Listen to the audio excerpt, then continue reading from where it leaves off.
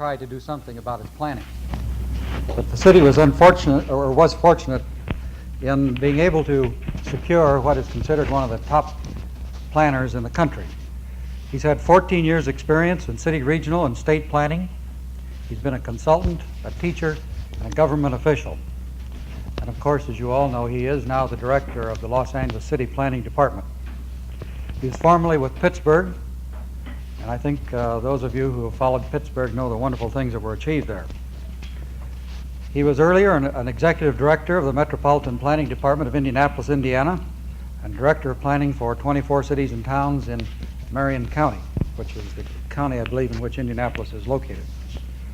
His experience includes work as a consultant for Harlan, Bartholomew and Associates.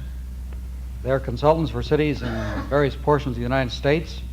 He's been a consultant on the Project East River for the Department of Defense, the National Resources Security Board in Cambridge, Massachusetts. He received his first degree from Illinois with highest honors. He obtained a master's degree in city planning from Harvard University, and he also studied at the Massachusetts Institute of Technology. He had a Rotary International Foundation Fellowship in which he studied town planning at the University of London. He's had a variety of other activities, including teaching at Indiana University, the University of Pittsburgh, the University of Southern California, and presently we're delighted to say that he's seen the way of his errors and has now come to UCLA to teach. He's a member of the American Institute of Planners, the American Society of Landscape Architects, an honorary associate member of the American Institute of Architects, and a registered landscape architect in the state of California. I think you can see that with this array of credentials that we should have a most interesting evening. So, Mr. Hamilton, good luck with your machines.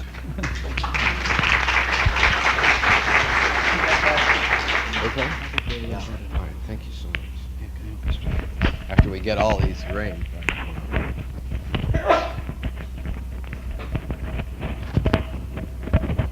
Okay, go. Thank you so much. I'm very pleased to be here. What I thought I might do, and I invite, oops, oh, very good. I invite everyone to take their coats off because I did, if you find it as hot as I have.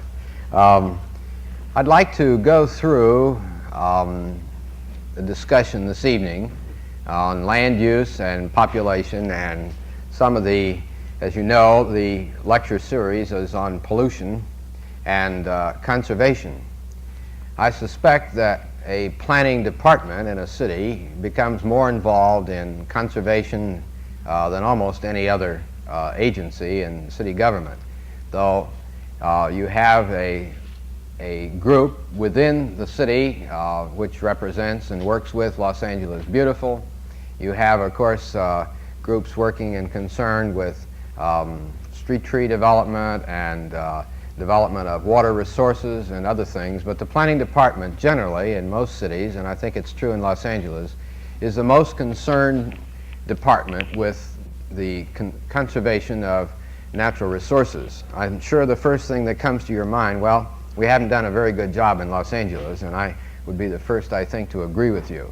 But I hope by the end of the evening that I can at least illustrate some of the concerns which we have. I think a little history might be interesting to you. Los Angeles, of course, started 11 Spanish families led by Felipe de Neve, the governor of the province of California, founded the El Pueblo de Nuestra Señora la Reina de Los Angeles.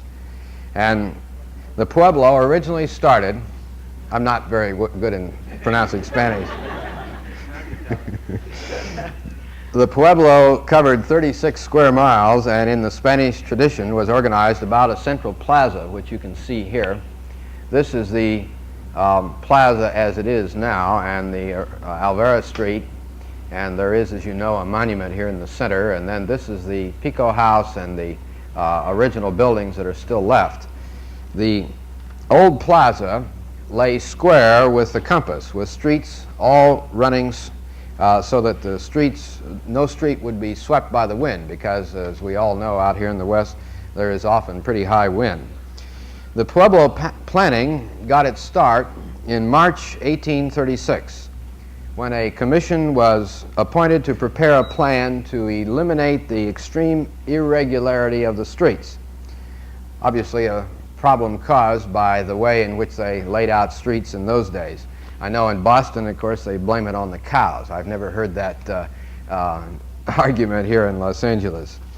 There have been a number of significant programs which I think Los Angeles has instituted at various points in their time, which have really had the major impetus on its growth. Of course, I think the Owens River Aqueduct, which Mulholland was the engineer for the city and laid out and gave the city its early water. A little serious thought, however, was given to a plan for physical growth until really after the turn of the century. Los Angeles was one of the first areas in the country to consider what has later become zoning ordinances, and these were ordinances against nuisances. In this case, it was a brick factory. But as a result of early zoning ordinances and the obvious needs for policies and a general plan, Los Angeles employed Charles Robinson early in this century to make studies and recommendations which resulted primarily in recommendations on how the city could be more aesthetically pleasing. And the value of the pioneering zoning ordinance, which New York and Los Angeles were among the first, was limited because it only really covered use of land, and that was that it was oriented largely to nuisances. And the zoning ordinance adopted here was to regulate so that you didn't have a brick factory next to you, so that you would have compatibility between the use of land. Well, by 1930, Los Angeles population had risen to over 1,200,000 people, and it gained 662,000 people, or 115%, between 1920 and 1930. Well, the growth of Los Angeles is further indicated by the fact that the city's assessed value rose from $600 million in 1920 to over $2 billion in 1930, an increase of over 230%. Although such figures indicate a prospering metropolitan area, they also suggest an increased demand for public services and a need for planning within the city in general. The completion of the Hoover Dam project in 1935 provided Los Angeles with a central power source, which encouraged the establishment of heavy industry and thereby made the need for comprehensive planning even more acute. The city planning department was started in the early 1920s, and some major planning was developed in terms of street systems and amplifying the zoning ordinance, but not as comprehensive as we think of it today. The period of 1931 to 1940, the city grew by 300,000 people. By 1946, the city had a population of over 1,800,000 at the end of the war, and the county was 3.5 million. The new comprehensive zoning ordinance, which was established in 1946, was a direct result of tremendous agitation to get more effective control and guidance for land use and the development of land development. And this was considered one of the real pioneering zoning ordinances of its kind. I might add that we're still struggling with that. It's been amended 285 times since it was originally adopted. The planning department was largely oriented in the 1940s to trying to keep up with the new growth and the explosion right after the Second World War and developing this zoning ordinance. Then in the 1950s, the city planning department was concerned in the latter part with urban renewal programming, almost none of which was carried out. So before I got here in 1964, they had abandoned this program entirely. By 1953, an estimated 4 million out-of-state tourists were spending approximately $610 million a year, which indicated the significance of many of the tourist attractions and other kinds of activities which occur in this area. From the end of World War II to 1953, in the San Fernando Valley, the population rose from 150,000 to 500,000 people. And the principal problem with planning in Los Angeles, and particularly in the Valley, was just trying to keep on top of this tremendous growth. Well, the department found it difficult, obviously, to give serious consideration during this rapid growth to truly long-range planning. And so as a result, in my opinion, they really didn't do much, though they had a number of recommendations on how to tackle long-range planning. In 1956, the city hired a firm to evaluate long-range planning and what was needed, and the firm of Adams, Howard, and Greeley pointed out that the city did not have a master plan. The need for speeding work on the master plan was stressed. This was in 1956. In 1959, the dean of the School of Engineering here at UCLA was the president of the Planning Commission, and he hired Stanley Opner to do a study of how you could use systems analysis and economic analysis for doing planning, and it was an excellent report. Well, it stood on the shelf also. He recommended all sorts of new approaches to planning, which, if the city had accepted these recommendations, could have been unquestionably in the forefront of planning in the entire nation. In contrast to most large cities in this country, Los Angeles population went by 1960 to a total of 2,479,000. Now, I might add that one of the things which we hope to be able to do, let me see if I can sharpen that a little bit.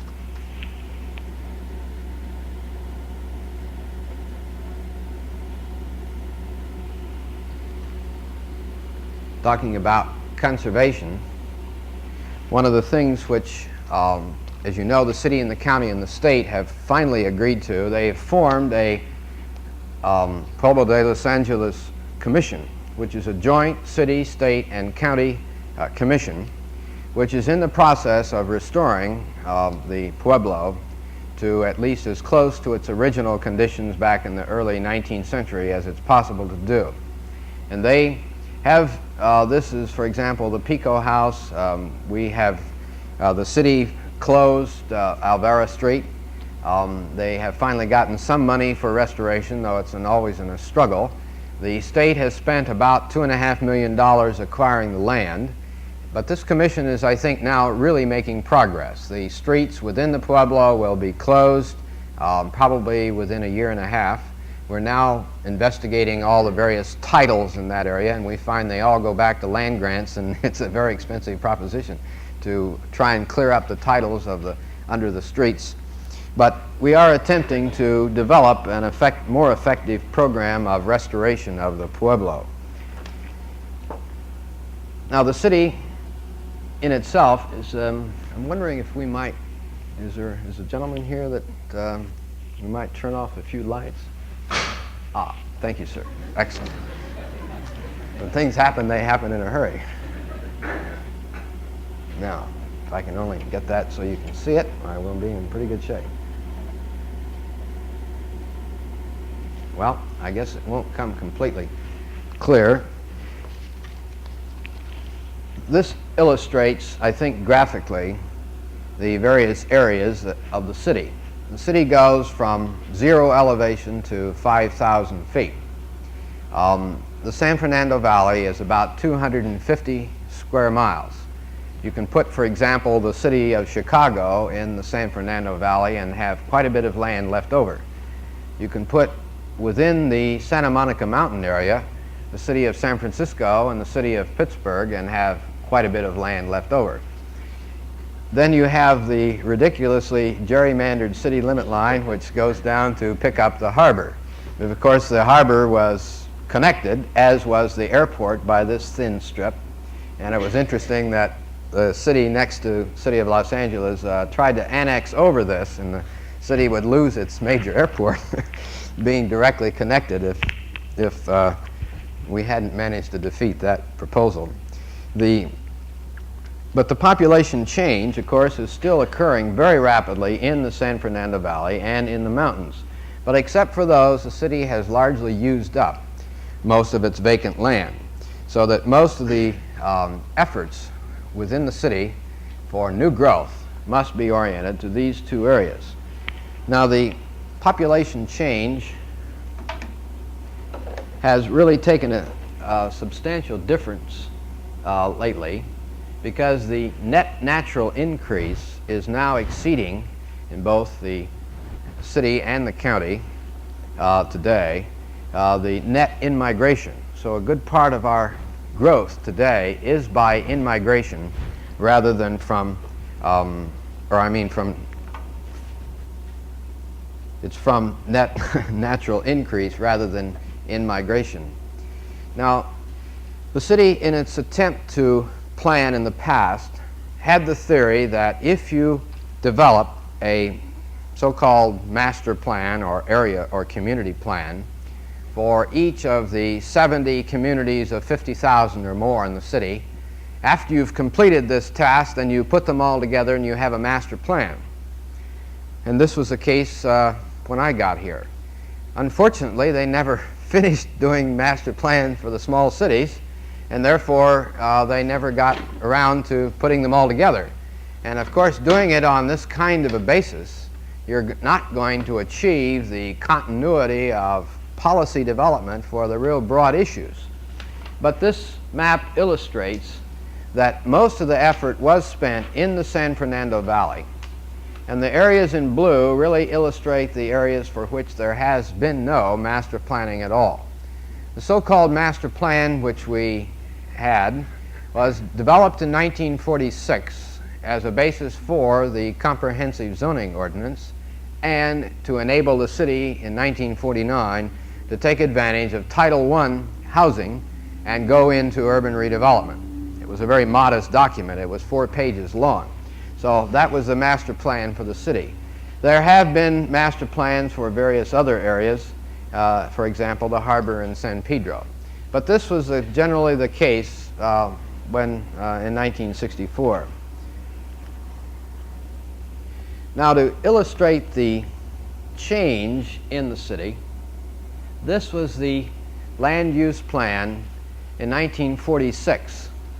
And you can see here the string shopping streets are the red, the yellow are generally vacant or residential areas, the blue are industrial areas, and this is the central part of the city here. And you have industrial areas going down into San Pedro and over, and the airport was colored in this same color. But a good part of the valley had very limited or very scattered growth at that time. Now, in 1965, this was a land use map. Most of the valley had been occupied except at the outer fringes of the valley. You had small commercial centers at most of the major street intersections in the city. You had, of course, major concentrations of commercial development in the downtown area. Incidentally, the yellow represents residential, the blue industrial, the purple are public uses of various kinds, and the red are commercial. And then you can see the scattering of commercial in the South Los Angeles area. This is even more scattered than it is in older portions of the San Fernando Valley. Then within the mountains itself, most of the development has been within the valleys. Now, to take a little closer look, in 1965, this was the land use in the central part of the city, with the downtown area again shown in red, with showing the various streets coming out of the downtown area. This is Griffith Park in green, and then the industrial areas alongside of the central portion of the city. This showed the zoning. Now, if you take a look at this, you can see that nearly all the central part of Los Angeles is zoned for apartment development. If you look again at this, you'll see that this light tan are apartments, so that a good deal more of the central portion of the city, in the Hollywood, close-in areas, have been zoned for apartments, but have not really been used fully. Pardon me. We have done an estimate on the population of the city, and we estimate that we could absorb 7.5 million people within the city limits under existing zoning. So the past, everyone was pretty optimistic. And of course, the thing that I couldn't believe was up until the Santa Monica Mountain Plan, the Santa Monica Mountains were all zoned for 5,000 square foot lots. So you can imagine the amount of population that you could have gotten into the Santa Monica Mountains. Well, this is another measure of a city, and that is one way to analyze its age, and the age of its housing, is to analyze when these subdivisions were platted. Now, of course, for each new house in Los Angeles, we tear 2 down. So that, pardon me, for each new single-family house, 2 single-family houses are torn down. So we have an enormous amount of redevelopment. And of course, this kind of a map doesn't show that. But the darker the color in this map, the older the subdivision of land. And you can see how the old Pueblo in the central area is the oldest portion of the land that has been platted. Now, this is a kind of master plan or land use plan which was being developed by the city when I came. As you can see, it's quite detailed where the commercial areas are to be, where the industrial areas are to be, where the various kinds of other types of zoning, and it's actually translated over here, and you can't see it, I know. These colors actually not only represent land uses, but they represent specific zoning categories. And so that one of the problems was that the City Planning Commission would adopt one of these master plans for the valley, and as soon as it was adopted, it would have in it the residential allocation for 20 or 30 years ahead. And everybody whose land was in that area would come in immediately for zoning. And since it was a part of the master plan, they'd almost immediately get their zoning. And that was why you had this tremendous rash of apartment development about 2 and 3 years ago, so that at one time before the down dip in the building industry, 28% of the dwelling apartment units in the San Fernando Valley were vacant. And you can imagine what this did to various individuals' ability to finance. So that this type of planning has been traditional for the last 15 years in the San Fernando Valley. Now let me illustrate a type of planning which goes on quite frequently in the city. This happens to be the San Fernando Valley State College. A master plan was developed for this area about 5 years ago. As you know, the San Fernando Valley State College has had a tremendous influx of students. As I recall, it was begun about 1956. Oh, thank you so much. And the college anticipated having 16,000 students by 1970. About 5 years after it was started, they had to redo their master plan because they got almost as many students as within 5 years as they anticipated in almost 15 years. And so that the pressure for the use of land around the San Fernando, the college, San Fernando Valley State College, has been enormous. This area was zoned for large lots, and so was this area. This is a shopping center and intermediate kinds of facilities, and single-family use in here on little less lots, and here along a railroad are industrial areas. The pressures for changes in this area for where can you put fraternity houses, for example. There was a demand for new types of housing for students, and the existing master plan for that area, even though it was only 5 years old, did not anticipate these kinds of pressures. And so a new proposed plan was developed after a tremendous amount of public discussion, allowing for college-oriented uses around new housing developments. The businessmen in the area wanted to expand the commercial area and provide for more apartments. The older business area down in here wanted to, on Reseda Boulevard, wanted to have some changes. And so what we attempted to do was to reflect these various points of view. And this has been the traditional way of approaching. What they did is they laid out many of the alternative zoning categories, and each of these colors represents a different kind of zoning. And then we numbered, on top of that, the various areas that had boiled down after about a year of public discussion with the many groups. And each of these were investigated in detail because there was still great controversy between the various citizen groups and the college on what should be done in these areas around the college. Well, we prepared, for example, a map which illustrated, in this case, what the recommendations of the Northridge Civic Association. They wanted to develop commercial and parking, and they wanted to have multiple family here, and they wanted college-oriented uses up here but not in here, and college-oriented uses up in here but none in here. And that was the homeowners group. Then you have the Northridge Chamber of Commerce, and they wanted to substantially expand the commercial in different areas, and they wanted in these areas a different kind of use than the homeowners group. And then you got the college itself, and they wanted to have a tremendous amount of college-oriented uses all around them, and they didn't want as much commercial next to the college.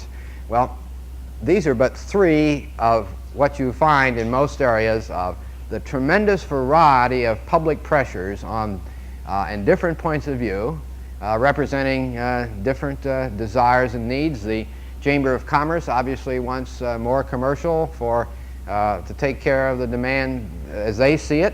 The homeowners don't want as much commercial, and they want to protect the members of their association. The college wanted to expand as much for multiple family dwellings as it was possible to do. And so as a result of having many public meetings by the Planning Commission and tremendous controversy and disagreements, the Planning Commission finally adopted a plan which provided a buffer between this area and adjacent residential areas, provided for some college-type oriented uses, cut down on the commercial, provided buffers, etc. But this illustrates the approach. Now, we have 20 colleges and universities in the city of Los Angeles. I could keep 2 staff members doing nothing but trying to help schools, to say nothing of UCLA. Well, how do you go about tackling the city in total? Well, obviously there are many different ways, but I'd like to illustrate some of the areas in which we're concerned about the conservation of land and the relation of land use and the other things that happen in a city. Here we have done an analysis not just of the city of Los Angeles, but the whole area. And here is the major topographic features and the principal highways and how they interrelate to this topography. Then we've done an analysis of the principal physical features which are evident to an individual. Not only is there topography, but there are industrial areas, there are the freeways, there are large open spaces such as Sepulveda Dam area, there are other topographic, there are the tall buildings along Wilshire Boulevard and in the central area, there are other industrial uses, there's the ocean front itself, the marina, the airport. In other words, this is an attempt merely in a diagrammatic form to illustrate those principal features that give the city its quality and character that it has and which are most evident to individuals as they look at the city. Now from this, for example, we have developed an effort, and this is but one of maybe a dozen alternatives, on how to handle open space, how to make it the most meaningful. Unfortunately, in the vast basin here of the older portion of the city, there's almost no open space whatsoever. And in the good part of the valley, there's no open space. So then the question comes, it means that we must conserve open space in those areas where the potential still lies with the city and develop a long-range policy of connecting flood control channels or under high tension lines or wherever it's possible to develop interconnecting links between major developments of open space where the city really has missed the boat in the past. Then, of course, another important ingredient, is along the seashore and how to handle along Santa Monica Bay. This is one of the great resources which the city has and many other communities, and to my judgment has been largely neglected. I think one of the great tragedies is to go along the shoreline and see all the private houses between the street and the ocean front. I'm certainly not against housing, but I think the public should own the beach. Now, here the state is acquiring areas here in Topanga Canyon. The state does, or the city, or the county does now own a good deal of the beach frontage. Some of it's well developed and some hasn't been so well developed.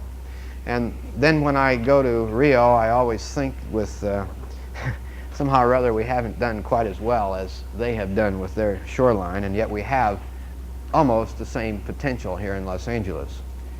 Well, another interesting aspect of looking at the city as a whole is this matter of tall buildings. This generally illustrates the clustering of tall buildings in the Central Business District along Wilshire Boulevard in Westwood and Hollywood, and at a few points that could be in accordance with present zoning in the valley. But there are, of course, innumerable other patterns which you might adopt. You might adopt a pattern of lineal development, accentuating up against the mountains, or there are all sorts of alternatives. Or, for example, you might develop tall buildings at the portals to the city so that they would accentuate those points of coming into the city and to give the city character of when you come in. Now, one of our efforts in attempting to come to grips with this is that we've been conducting an interview program with people in various parts of the city, trying to get them to express how they feel about the physical environment of their city and what gives it character. And so we took selected families and asked them, for example, if you're in New York, well, first of all, we asked them, you have a friend who comes to visit you. Will you please draw a map of your neighborhood? I didn't bring any of those, but and illustrate what are the most significant things in your neighborhood. And then we pulled these together to try and get a compilation or focus for various neighborhoods. Then we asked them to draw a map as if they had gone to New York and were visiting a relative, and the relative said, well, what are the principal physical features of the city of Los Angeles? Will you please draw a map or sketch as to what the principal features of Los Angeles are? Then for each of these areas in which we took our interviews, we pulled together sort of a composite of the views of these citizens that we interviewed. And we asked them many other things about the physical, but these are the map composites. And for example, we've categorized them as major paths, as districts, as centers, and as what we call edges, that is changes in land use. And this illustrates that the people we interviewed, the families we interviewed in Westwood, indicated that Wilshire Boulevard is an important path, and it goes from the Central Business District out to Westwood. Hollywood is a district, and around the mountains is an important change in topography, and along the beach area, and then there's the airport, and there are other. What we found is that people in Westwood tend to, well, they were higher income, they have more affluence, they're better educated, and they tended to have the best view of the city as a whole and their interrelationships because they tended to go in different directions. But then as you go to different communities, it's rather interesting. Now, the people in Northridge, for which this is a composite, up in the northern part of the valley, they drew the freeways, and the Ventura-Hollywood freeway was the most important to them, and the mountains, and then their own community, and then a few drew other communities, and the central area was, surprising to us, was identified as something important. And then we went, another area that we interviewed was Avalon. This is in South Central, and they, just a few of them, as you can see, identified other areas, and they identified the central area and some of the main streets that went south from the central area, and Watts, I guess because of the riot. And but that was their composite picture as a city as a whole. And then we interviewed the same number of people in Boyle Heights, and that was their sense of the city. It was amazing, the difference between all the various groups and their sense of the visual image and what was important. In Boyle Heights, most of the people had really apparently not been out in the community at all. To illustrate this and bring it really even further at home, not long ago I was interviewing a junior high school teacher that taught Chinese children in the central part of Los Angeles. And she had asked her children in junior high, of those of you who have lived all your life in Los Angeles, how many have seen the ocean? 60% of her children had never seen the ocean, though they had lived their entire life in the city of Los Angeles. And I think this begins to illustrate the different kind of image that people have depending on their education, the amount of their income, the amount that they move around, their cultural, educational interests, etc. Well, that's just an illustration of how we're going about that aspect. Now, of course, another major problem in the city of Los Angeles is the Santa Monica Mountains. We have perhaps more mountainous areas that's being developed intensively in the city of Los Angeles than any other major city in the world. The Santa Monica Mountains is but one area. The Verdugo Hills, we have the north portion of the valley, which is just as rugged and perhaps even more difficult. Within the Santa Monica Mountains, within 1/8 of a mile of any point, there is an earthquake fault. These earthquakes, of course, have shattered the rock, and the shattered rock rests on layers of clay. And when you get a nice rainy season like this season, and you might get a little tremor, why, they just slide on this nice blue clay that's lubricated with water. So there are a few problems in the mountains. Of course, that isn't our only geologic problem. Most of, I think, if not all, of the gas which the city, many portions of the city burn, are produced under the city. We have, of course, thousands of oil wells in the city. It's only been in the last 15 or 20 years that rigorous constraints have been put on oil drilling, and you may have seen in the paper some of our efforts to improve the quality of protecting adjacent areas from oil drilling. And of course, this means that below the streets, not only do you have sewers and regular water lines and gas lines, but you also have, of course, oil lines, and you have gas lines coming from those, and you have oil and water lines, so that this city is a maze of underground utilities, which causes all sorts of problems. But let's just take one of the little matters of the Santa Monica Mountains. In tackling the master plan for these mountainous areas, one of the concerns, of course, is the population distribution, or at that time. This was completed in 1964. Took about 4 years of effort to do by many various departments within the city. As I indicated, the population had tended to go up these mountain valleys, and there were vast areas, of course, that at that time were uninhabited. The black dots were existing and the white dots were potential population. Then another area was, of course, the topography itself and the degree of slope and what kinds of housing or development might be utilized on these steep hillsides. And of course, detailed geologic studies were made as to what different kinds of soils. There are many different kinds of soils in the mountain areas. All of it, of course, is privately owned. The great tragedy is that, let's see, in I think it was 1957, Zeckendorf bought this 11,000 acres out here and offered it to the city if the city would put in about $1 million worth of roads and highways. And of course, this was absolute peanuts. Later, it was offered to the city at $300 an acre, and the city in both cases, turned it down. And so you could have had the most magnificent, enormous park in the Santa Monica Mountains, but the city didn't have the courage to acquire it. Then in tackling how do you go about developing, in addition to geology and accessibility and population and the problems of earthquakes and so forth, These were developed into divides. What was, in view of these other factors, the potential population development or the logical population development by divides, that is, between major canyon areas?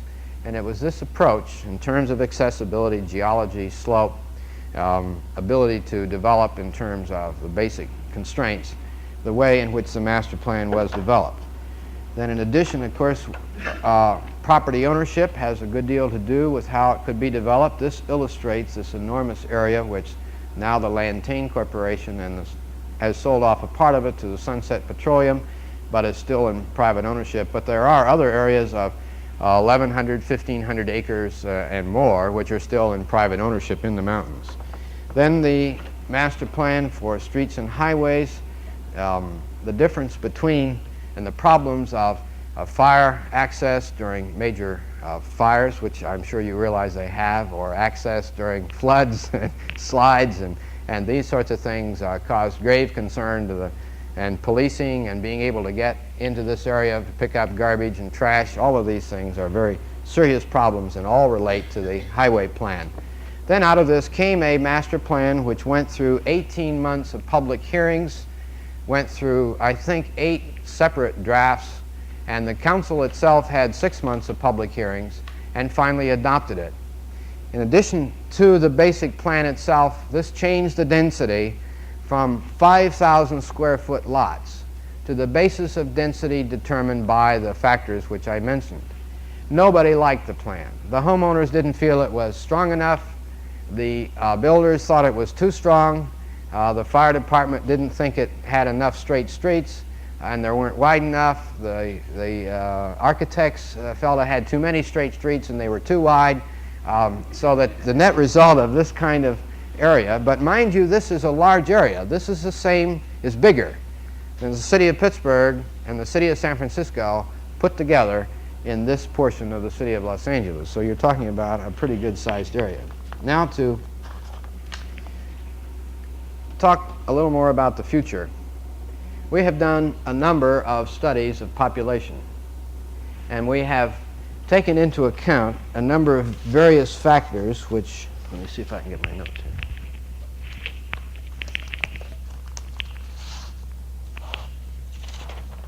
For example, in our efforts to anticipate the population, we have taken various elements which you see here.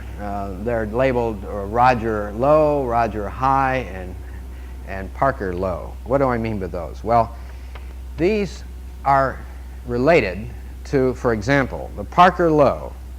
This is an estimate of in-migration, and migration is correlated to power consumption through the use of a linear progression equation. The Rogers Low assumes a 25% cut in defense spending.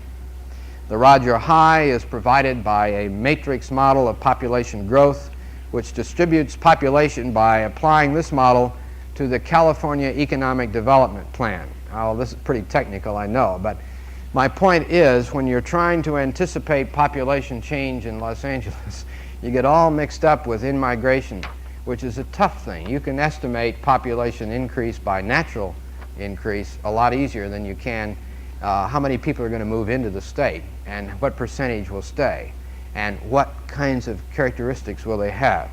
And so the population estimates are based on this. Now we take an estimate each quarter, and we estimate it by using electric meter connections, those active and those installed, school enrollment, and we check it against building permits, and then we use, for projections, we use city or birth rates and survival rates, and then the different estimates in migration. And so as you can see, these are the various estimates by various departments by the different colored line illustrating the anticipated population of Los Angeles in the future. Now, speaking of conservation, the department obviously gets involved in all sorts of efforts to improve the city. Last year you may have noticed in the paper that Los Angeles was the first major city that we know of that required all utilities to be underground from here on, all new utilities. This was a tremendous achievement, I think. We worked like the devil for a long time. Of course, part of the advantage was we had a city department of water and power. Now, a lot of small cities have adopted this, but the county still hasn't. But we get involved in most of the efforts to improve or beautify the city or to protect its resources. We're deeply involved at the moment in trying to resolve the problems of how to shield or protect or camouflage auto salvage and wrecking yards. And this is an enormous problem, because what we discover is that there are many different aspects to this business. And if you don't allow this business, we'll end up eating our automobiles, and the whole city will be covered with automobiles, because the statistics on the number of vehicles which we abandon each year in Los Angeles County is tremendous. And the problem has been also with changes in technology in the steel industry.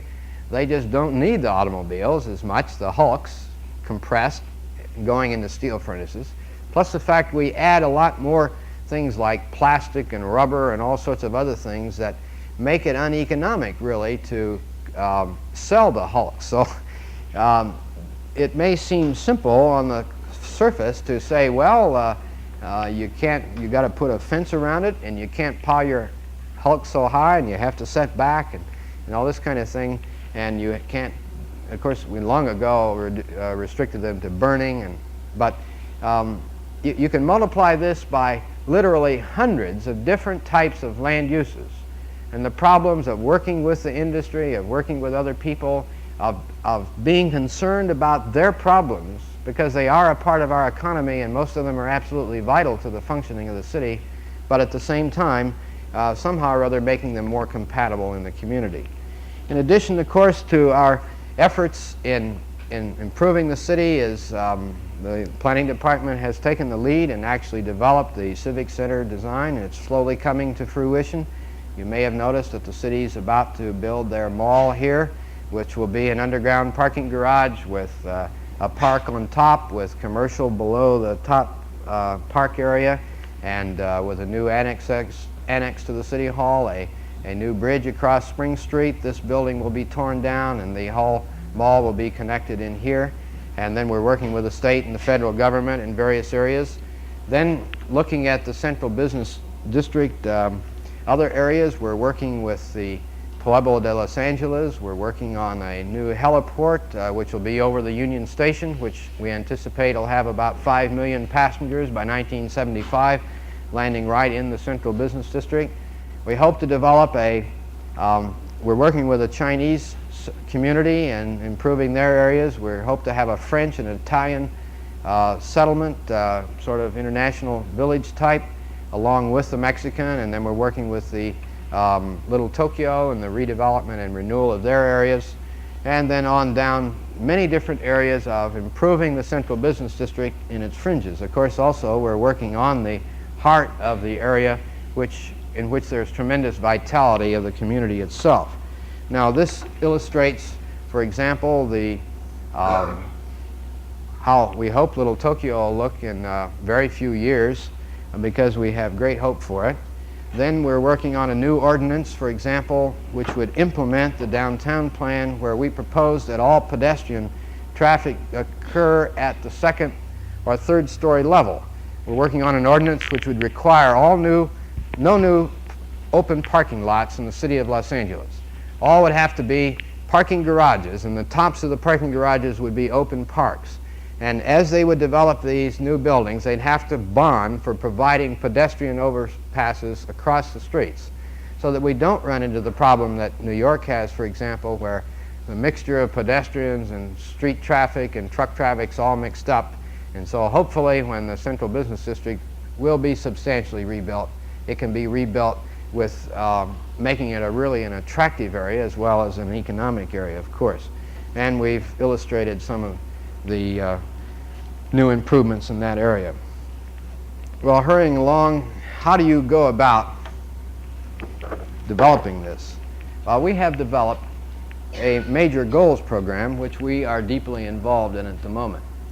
And that is that we requested various groups of technicians and people concerned with their city and with real knowledge to work on what they felt should be the future city in terms of the long-range goals that we should have.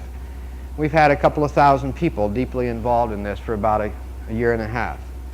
Then the next step is to get citizen discussion groups of all kinds. And so we are gearing up for next fall to hopefully involve about 100,000 people in evaluating these preliminary goals which have been developed by these citizen groups.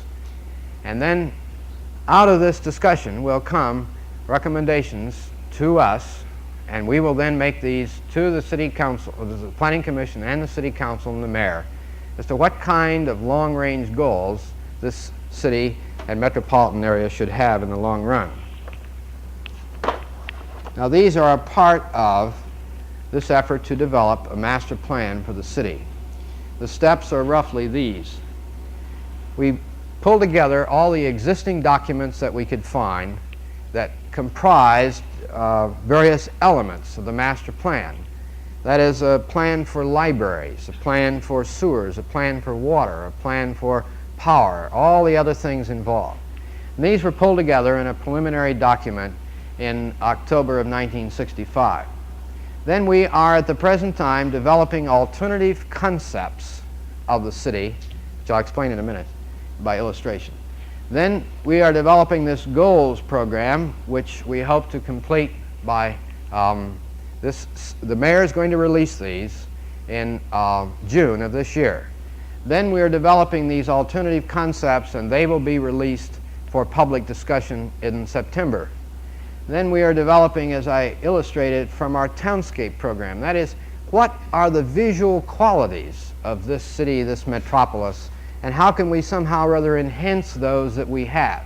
How does the citizen feel about it? What does he see as the important elements of the physical structure of the city?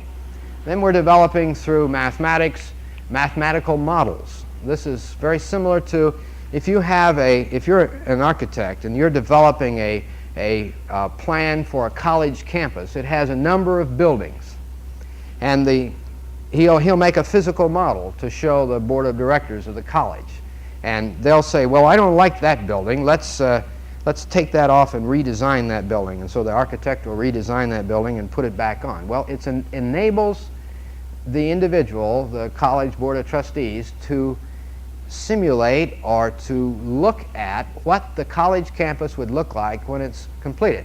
But you can do it by developing a model of it. We're slowly building the same kind of model of what happens in the city of Los Angeles, only we're doing it through mathematics to run in the computer. And we hope eventually to simulate the real world of Los Angeles through computers to use as a testing device against the various kinds of plans which we will be developing, to see how realistic they are and to test alternatives, so that when the City Council adopts a policy or a plan or portions of a plan, we'll have done the best job we can to test the implications of these alternatives. And then we are developing, obviously, the necessary research. We're developing an automated planning and operational file. The Council has passed a community analysis program, which is a effort to solve the problems of blight, to analyze what causes blight in the city and how do you solve it. And these will all culminate eventually, we hope, in a comprehensive master plan for 1970. Now, the county is working so they can complete their master plan in 1971, and we're working with the 6-county regional area through the Southern California Association of Governments to develop SCAG, to develop a 6-county regional plan. And so we're working these together. Now, how do you approach these alternative plans for the city? Well, we're trying to look at the fundamental structures of how a city in the future in its land use might be developed. And there are a number of alternatives. You can have a spread city, that is, that focuses all out. Los Angeles, and certainly this metropolitan area, is largely of this type today. And you would have your commercial centers at the nodes of your major cross streets. Or you could have a poly-centered area. That is, you have a hierarchy of centers interconnected by transportation or communication of various kinds, or you would have a series of major centers with small nuclei around them. In other ways, this metropolitan area is similar to that. In other words, if you look at the central business district, for example, you could say that there are other centers around it. Or if you take the San Fernando Valley, it has a number of centers of certain character. Then if you can take a lineal city like along Wilshire Boulevard. Apparently from the early days it was anticipated that you'd have major development along Wilshire Boulevard. Or you could take a major freeway system and develop nuclei and concentrate your population along these lineal developments. Well, if you look at Los Angeles, this is really the existing form of the city. These are areas which are not of the metropolis. These are areas which are largely uninhabited because of mountains. This is the central core going out Wilshire. These are other major streets with concentrations on them. And these are major centers in various portions of the metropolitan area. Now, when you're looking at the future, there are any number of alternatives which you can consider. For example, if this is your existing development, you could have a series of poly-centered hierarchy. That is your central area of Los Angeles, central area in the valley, and then other concentrations along beach and other community centers. That's one possibility. Or you could have actually a concentration of a poly-centered and sub-regional centers. I mean, major centers, and in some ways you have Pasadena and you have Van Nuys area. You have this tremendous core of development in the running from San Diego Freeway to the Central Business District. This area has about 300,000 jobs today and is a major employer. It's growing extremely rapidly. And if it goes in its present form, it will continue to grow even faster than other areas, and so that the disparate job home location relationship will become even greater. I have a map which some of you might like to see after the meeting, which is another illustration of this, in that we sent out to 15 real estate firms and banks and savings and loan, people very knowledgeable in land development. We asked them to make a map of those areas which they thought were going to be stable and those areas where there was great instability, and then to differentiate as to what kind of change it might be. And we compiled from these 15 largest firms in Los Angeles a map which illustrates, in their judgment, the stability or instability of the various areas in Los Angeles.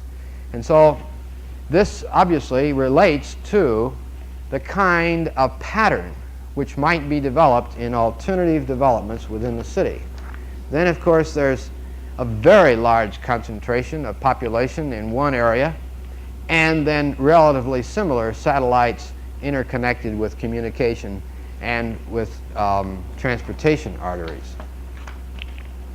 Now, there are, of course, an indefinite number of alternatives. This is your spread or multi-centered city, where you would deliberately break down the existing development in the central core, and you would encourage an even distribution of population and centers of activity throughout the metropolitan area. Or you could accentuate the main routes of travel. This, of course, would be with major centers in these locations, and then allow the rest of the entire area to be at a very low density. Well, we're struggling with these concepts at 3 population levels for the city of Los Angeles. 3.5 million, mind you, it's now about 2.8 million.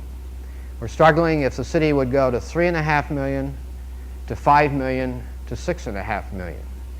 And of course, the comparable population levels in the county, if the city were about in the metropolis, which this map covers, which now has about 6.5 million people in it, you'd go up to about 23 million people. And we're asking the question, do we want to go to that? Now, mind you, the sewer system is designed for 8 million people within the city of Los Angeles. The zoning ordinance today would allow 7.5 million people. So we're not even planning at the present time for what the zoning ordinance or the sewer system would allow. But we're asking the serious questions, and this is what we will be submitting to the population for discussion in the fall. We're asking, well, do you really want to go that big? What are the implications of going to 5 million to 6.5 million within the city? Do you really want those implications? What kinds of a form of a city would best serve the goals which the people will have been discussing and indicating that they really want? And so the approach we are attempting to use in guiding what happens to the city is to first determine what kind of a city people really want. What are the goals of the kind of urban civilization they desire? Secondly is to develop alternative concepts of the city based on realism of what will happen, we anticipate, in population and economic growth and etc. Then when the community has indicated what they want in terms of goals and concepts, we will then ask the city council to adopt, and the mayor to adopt these. Then these become, and we hope to do that by February of next year, then these will become the fundamental base on which we will develop the master plan over the next 2.5 or 3 years to carry out the goals the public has said they want and the concepts the public has said they want, and then to implement these by the best expertise which we can get together. So this is in essence the planning program which we have adopted in the department. As you can see, this is almost directly opposite of what the traditional approach to planning was in Los Angeles.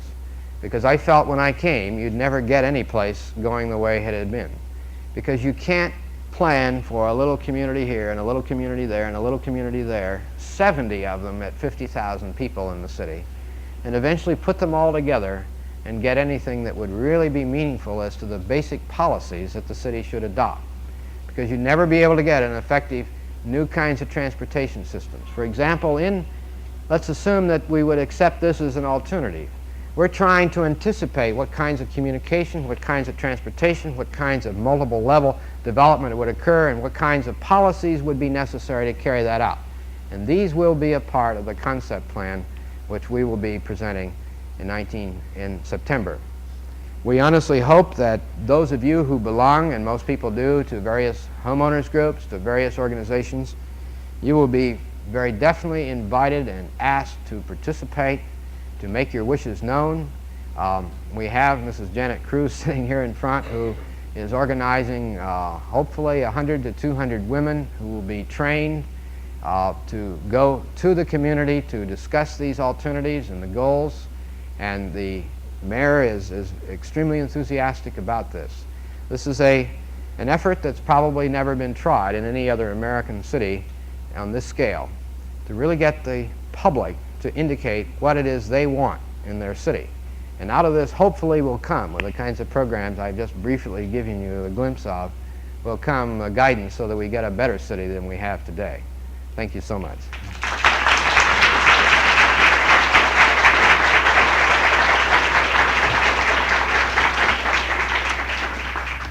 Could somebody turn the lights on and back?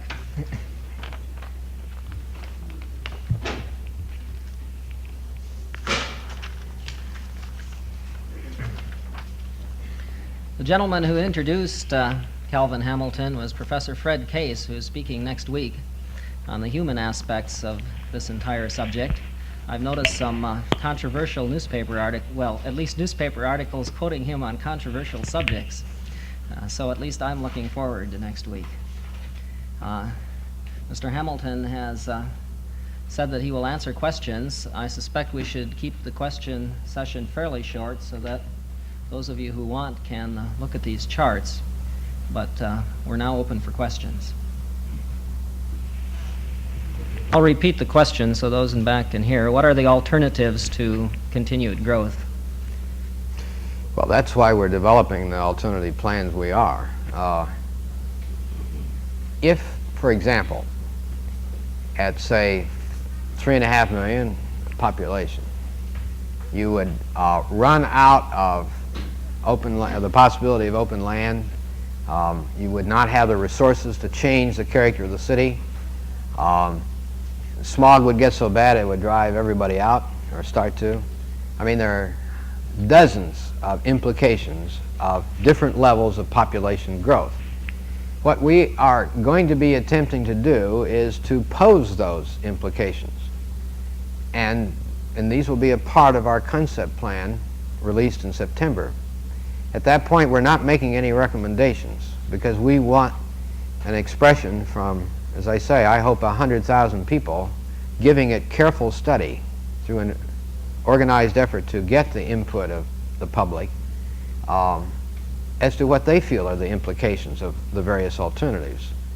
Then we will be bringing these with a recommendation after compiling these from the public in December of this year and submitting them to the Planning Commission and the City Council. Now, let's assume that at 3.5 million, that is an optimum figure, let's say. That means we'll have to cut out half or reduce the potential density and eliminate half of the apartment zoning now in the city of Los Angeles and not approve any new apartment zoning any place in the city. It would mean that we would have to carefully evaluate the amount of industrial land that we have, the amount of commercial, and severely cut it back. This is going to be a tough question to pose to the City Council. But this is what we're going to pose to them. Now, I'm not saying that the conclusion will be 3.5 million. I don't know what it'll be because we are deliberately not trying to make a judgment at this time. We're trying to pose, as we see it, the alternatives, boiled down because they're an infinite number, but in a manner in which the public can evaluate them and their implications. But come February, the City Council is going to be have to make that kind of decision, because you see, our point is that we can't make a meaningful master plan for the city if the city is going to go to 9 million as opposed to 3.5 million, because the implications is 9 million or 6.5 million even is going to be like Manhattan Island. And so the question is, there's a heck of a lot of difference between the San Fernando Valley as it is now and Manhattan Island spread all over 250 square miles in the San Fernando Valley. So that's the problem. Yes, sir. I'll face the audience so that the moderator doesn't have to repeat the question. It seems to me that the concentration in the downtown area is choking it off. That the downtown real estate interests and the downtown business interests have exerted so much influence on the City Council that they have continued to concentrate things there. And they put an exposition center down in the center area alongside of the sports center. The traffic is going to be such that you'll be 2 hours late getting home from an event there. Well, you're I don't believe that you're going to get anywhere at all, sir, with a reduction of the city, although population, although I'm for it, with the present business and real estate interests that we have. How are you going to tackle them? Well, you put your finger on the nub of the problem, obviously, because the entire economy and psychology of Los Angeles is geared to growth. Everybody, as far as I can tell, expects to make a buck off of their house. They pay so much for it, and they hope in 10 years it'll be worth a third more. And this is the whole psychology of Los Angeles. There, I think, are a lot of people that disagree with you as to the vitality of the central area. Actually, the growth in the central district, except for public facilities, is entirely through private enterprise, and it has eclipsed the growth in any other major center within the last 2 years. And the growth, there is at the present time $1 billion worth either under construction or on the drawing boards of development in the central area of Los Angeles, and that's entirely private. There are many businesses who feel they must be in the hub, and actually the central area of Los Angeles, rather uniquely, is in the center of a vast metropolitan region of about 45,000 square miles, because from it goes to the south and out the San Bernardino Freeway and up the San Fernando Valley and out to the west. And whereas, say, St. Louis, their central area is right along the river, and then the outer fringes of the metropolitan area are miles from the center. Or take Chicago is the same way. Los Angeles is in a unique location in terms of its central area. Now, when I say that, I don't suggest that there isn't competing centers for competing uses that are equally valid, but the building development in the downtown area is entirely private. Now, it's true, the zoning allows it, but then the zoning in many other areas would allow it there too, but there isn't the same demand in other areas that there is in the central area. You want to do it? Well, you go ahead. All right. I'll jump. I'll go to the back and then I'll come back. Yes, sir. I have the same opinion. You spoke. There are some handsome buildings in Los Angeles. I think for the amount of new construction, though, it's pretty sad. Of course, part of the problem is I'm sure you recognize, that a good many of the buildings actually don't have any architect associated with them at all, and most of the housing doesn't. And if you go in a helicopter and you look down on 3-story apartment houses, they look worse than most of the new industrial areas. The new industrial areas have more open space around them than the apartment houses do. And so that this is a real dilemma. Of course, Palos Verdes does in a number of areas, but most of it's done through private deed restrictions. Some cities do have ordinances, they call them look-alike ordinances, that is, every building must have harmony with its neighbor, or don't look alike. There is great debate. I have my own feelings about it, because I think in some cases it's tended to inhibit innovation and new design. On the other hand, it might it might mean that you get a little better mediocrity. I guess my feeling is that the best is to stimulate better design by every means possible, but I think it would be terrible to have architectural control for every building in the city of Los Angeles. I don't know how you do it anyway. Yes, sir. Of course, there aren't many left in Los Angeles. I think certainly one of the areas. Well, I showed our studies in open space. A major portion of our townscape plan, which will be completed in October of this year, will be the matter of open space and how to make use of that which we have and conserve it.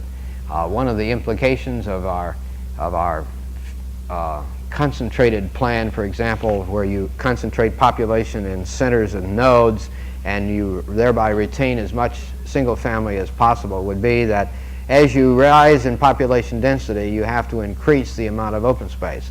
So when you get to the higher population densities, you'd have to have at least 25% of the land area in open space. Then, of course, in the mountain areas where there is still the opportunity, a good part of our planning will be to concern itself with open space. And in most of the new planned residential development projects that we're working with, we're getting at least 50% of the land in open space. Then it involves, of course, mineral resources, air pollution, our work with the Santa Monica and the city of Santa Monica and the county and the state on the shoreline development, because those are resources that must be protected as we see it. The work on rapid transit and other forms of transit to minimize or to eliminate, hopefully, air pollution eventually.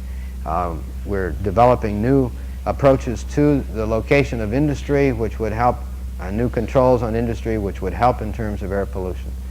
Your natural resources in terms of open space for a good part of the city have been eliminated, and it will only occur either through private rebuilding and real tough restrictions, or public renewal and the application of higher standards through public renewal.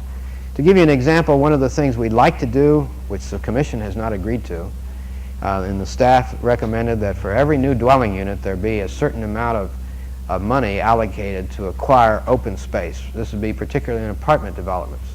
But the Commission hasn't agreed with it and the Council hasn't agreed with it.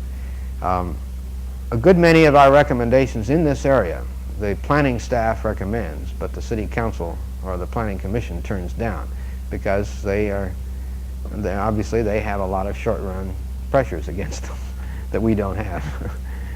Yes, sir. I think there are two directions to answer that. First is that the very nature of a city is its diversity and its variety. And I think there should be space within a city and functions and facilities and communities for everyone who wants to live in a city like this, because and so that I think your goals must reflect the diversity, because people in Bel Air have different kinds of goals in some ways than the people in Watts or in Boyle Heights. In other ways, they have exactly the same goals. So there is a similarity in certain goals of basic and fundamental human desires, which people as human beings, as citizens, have. The lower your educational status, and the lower your income, and the lower your horizons from experience, the shorter the range and the more immediate are your goals. And so that this will also be reflected.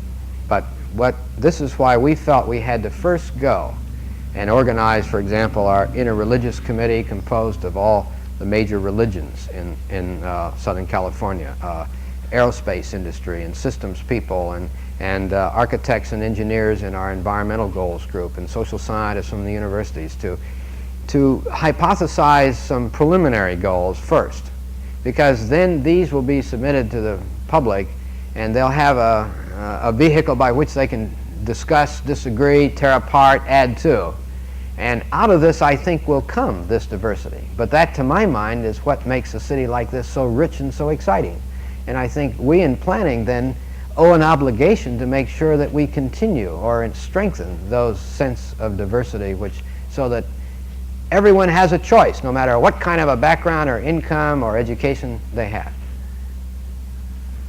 Yes, sir. No question. Reasons why I'm working as hard as I am in this area. In the back, Monica Mountain Park, of course, was, well, a lot has happened. First of all, as I indicated, the city had an opportunity quite a while ago to acquire an enormous park. As a part of the Santa Monica Mountain plan, many groups had hoped there would be more open space adopted as a part of that plan. Then the state, of course, passed its bond issue. The Friends of the Santa Monica Mountain hoped to get, though I think unrealistically, 20,000 acres or something like this. There wasn't money in the whole bond issue of the state to acquire it. It's been kicked around many times. There have been many alternatives posed.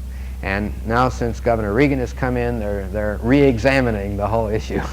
So it now sits in the state park director's office, a new one. He has indicated he's going to, at the request of Governor Regan, re-examine the proposals made under Governor Brown's regime, and he will come up with a new proposal. Meantime, of course, from the time that the bond issue was passed, they'll probably only get 2/3 of the land because the price has risen to 1/3. And so that's where we stand. Yes, sir. Find the real world of Los Angeles. Why are we now passing a planned residential community ordinance before we know what the people feel their goals are? Well, you had a long discussion of the differences of opinion on the planned residential development.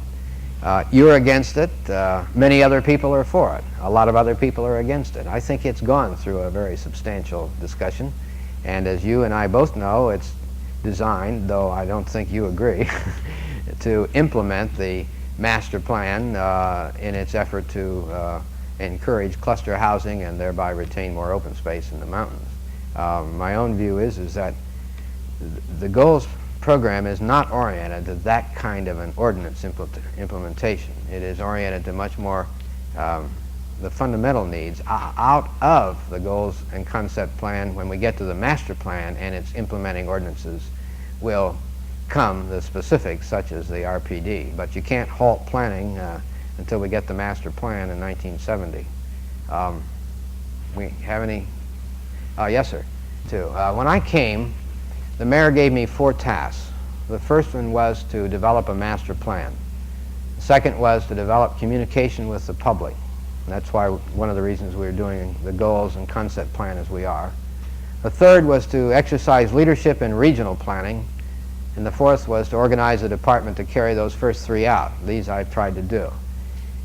Soon after I came, I found that the county planning director almost never met with the city planning director. So we have about bi-weekly lunches. We formed a council of planning, which is composed of all the planning directors in all the cities in the 6-county area and all the counties, the 6 counties. We've set up a number of committees. We are coordinating our efforts. In addition to this, the county set up the Los Angeles County LACAPO, Los Angeles County Association of Planning Officials, which includes the directors of planning and the presidents of the planning commissions in Los Angeles County. And they, in turn, have developed a number of committees. Then, of course, we have helped develop well, as a matter of fact, the planning directors have written the proposed regional planning program for SCAG. SCAG has come into being. We are the advisory group to SCAG. They have adopted the proposed regional planning program. They have funded from HUD and from other sources the first year for the regional planning program. Each of us in the counties and major cities are giving staff to work full-time on the regional planning program. So that I think an enormous amount has occurred in the last 3 years to try and get coordination. Then my staff and the county planning staff are jointly developing the master plan for the San Fernando Valley.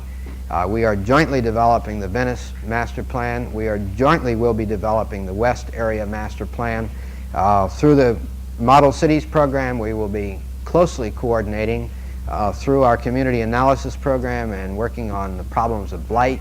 Actually, our staffs will be working together, so that I too feel just as keenly as you do the absolute necessity, so that in the San Fernando Valley, the planning directors of the city, the county, the city of Los Angeles, the city of San Fernando, and the city of Burbank, and the county are our staffs are working like this. And so that every step that I take, I make sure that the other adjacent communities can take it with me, because I think planners at least should be in complete harmony. Now, that does not mean that the elected officials are always going to agree with what we recommend. But if we, at least on the planning level, can make harmonious recommendations which are compatible one city to another, or city to county, or city to state, we have gone a long ways in providing the framework by which the public elected official, with all his pressures, which are different than ours, can then take those recommendations and put them into policy. We hope that because of the attitude towards metropolitan government in Los Angeles, the antagonism that many people have towards SCAG, I don't understand it, but I try to, we feel that by this kind of professional technical interrelationship, we can at least have a working basis for minimizing conflicts. Yes, sir. Dedicated to the public, and the public can use it, yes. If it is tied in with other logical areas, so the public can get to it. So that I mean, it's the approach in the Santa Monica Mountains is for those areas which are not immediately adjacent to cluster housing and need to be carefully manicured, that the remaining area should be dedicated to the public under the Open Space Maintenance District Ordinance, and then the property owners in that area be assessed to maintain that common area. Because one of the problems we have in Los Angeles is we'll have a bunch of houses along a ridge, and because and let's say their property lines go way down to the bottom of a valley, and each one is maybe has a sprinkler system. Well, we found that the lady in the household turns on the sprinkler system and goes to the grocery store and expects to be gone an hour, but she meets somebody and she has lunch and she leaves the sprinkler system on, and then when she gets home, finally, part of her lot and part of the neighbor's lot have all gone down, and this has happened any number of times. So we feel that the common maintenance of these areas is a far better system than to have them maintained individually, though around the individual dwelling itself and the areas which you use for your own development, we think is obviously logically privately owned. Yes, a good deal of the land which they are allocating, which is over 50% of the total area, is in public open space and is accessible to the public and can be so used. It's so looked as though it were surrounded Well, by more or less their multiple housing. but obviously is unusable. But a majority of it can actually have the continuity of hiking trails and horse trails through it, and leading to the major clusters of public open space which will be maintained by the park system, which will be actually recreation areas.